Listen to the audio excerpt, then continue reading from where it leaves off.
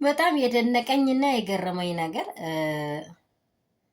ሁሉም በየሃይማኖቱ ያምናል፣ ግን ደግሞ የእግዚአብሔርን ስም እየተጠራ ምን አፍዞት ነው ምን ነክቶት ነው ማለት ከባድ ነው። ሰው በእግዚአብሔር ስም ካመነ የሚነካው ነገር በእሱ ላይ ኃይል እንደሌለው ማወቅ አለበት መጀመሪያ።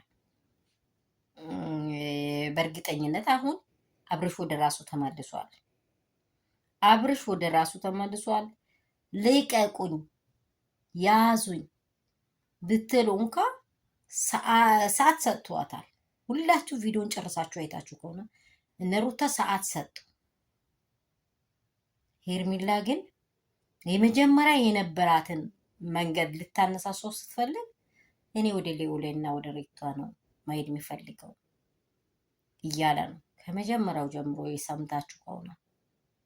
ሩታ ለምንድን ነው እንዲህ የምትናገረው?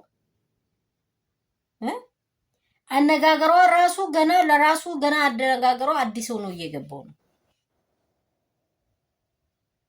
መጀመሪያ ሄርሜላ ጋር ምን ነበረው ነው ጥያቄው። እኔ ምን ነበረው ከዚህ በፊት ሄርሜላ ጋር እሱ ምን ነበረው? አሁንስ ምን ሆነ? አሁንስ ምን ሆነ? ወደ እውነተኛ ፍቅሩ ወደ እውነተኛ ሰላሙ ላይ ከተመለሰ ሚስቱ ፊት ሌላ ነገር ሌላ ሴት ማቆላመጥ አይችልም።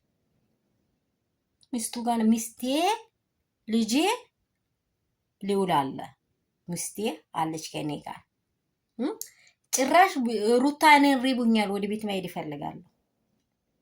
ለምንድን ነው ከኔ የምትለዩት? ምን ታወራኛለች? ምንድን ነው የምታናግረኝ? አንዴ ላውራይ አንዴ ላውራይ አንዴ ላውራይ። ለምንድን ነው ግን ሄርሜላ? አይነው አውቃለሁ ወደሹ ነው አይነው አውቃለሁ። በቃል ካልሆነ በስተቀር ራስሽን እያስናቅሽው ያለሽው ራስሽ ነሽ አለ ወንድሟ። ትንካርጋቸው ራስሽን እያስናቅሽ ያለሽው ራስሽ ነሽ። በቃ እኔ የለውም በአንቺ ህይወት ላይ ብሎ እኔ የሩታና የልጄ የልውል ነኝ በቃ ኤፍሬምን ወንድሜ ነው ብሎ ሲያወራ ይሄው እሱ እንዳወራ አይደለም የፈለግሽው። አወራሽ እኮ የአንዴና መጨረሻ ለአንዴና ለመጨረሻ ላይ ጭራሽ ራሷ ላይ ሌላ በሽታ። ከዚህ በፊት ይሄ እንደዚህ የሚጥላት ነገር አለ ወይ አለች ሩታ። አይታችኋል? ነቄት ይወልድ ማለት ነው። ነቄት ይወልድ ይባላል። እንደዚህ ያለ ጆሮአችሁን ቆርቆራችሁ ስሙ። አዋለ ልጁ አንዳንዴ በእነርሱ ላይ ሰበብ እንዳይመጣ እኮ ነው አዋለ።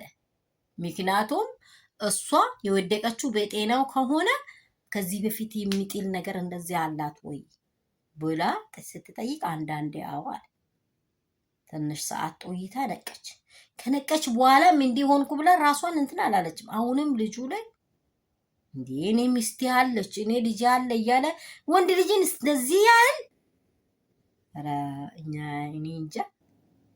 ሄርሜላ ተረጋጊ፣ ለአንቺ የበለጠ አለ። ደግሞ ቀለበቱን አውጪው።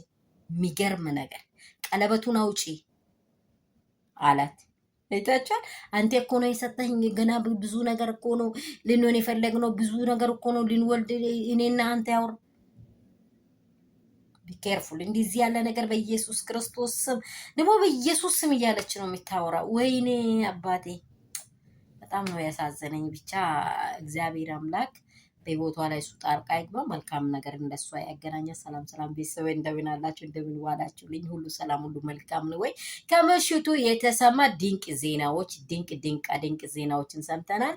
እኔ አልፈልግሽም ብሎ ወደ ራሱ ተመላልሶ ተናግሯል። መላልሶ እኔ የሩታና የልዑሌ ነኝ፣ በቃ እኔ የሩታና የልዑሌ ነኝ፣ የማንም መሆን አልችልም ብሏል። ፋሚሊዎች ሁላችሁ ሰላም ናችሁ ወይ? ደህና ናችሁ ወይ? አገር ውስጥ ያላችሁ ከሀገር ውጭ ያላችሁ አባቴ ቢሮካን ሰላማችሁ ብዙ ስትርፍርፍ ይበል። ወይ በመዲያም ቤት ያላችሁ ውዶች ኦ ማይ ጋድ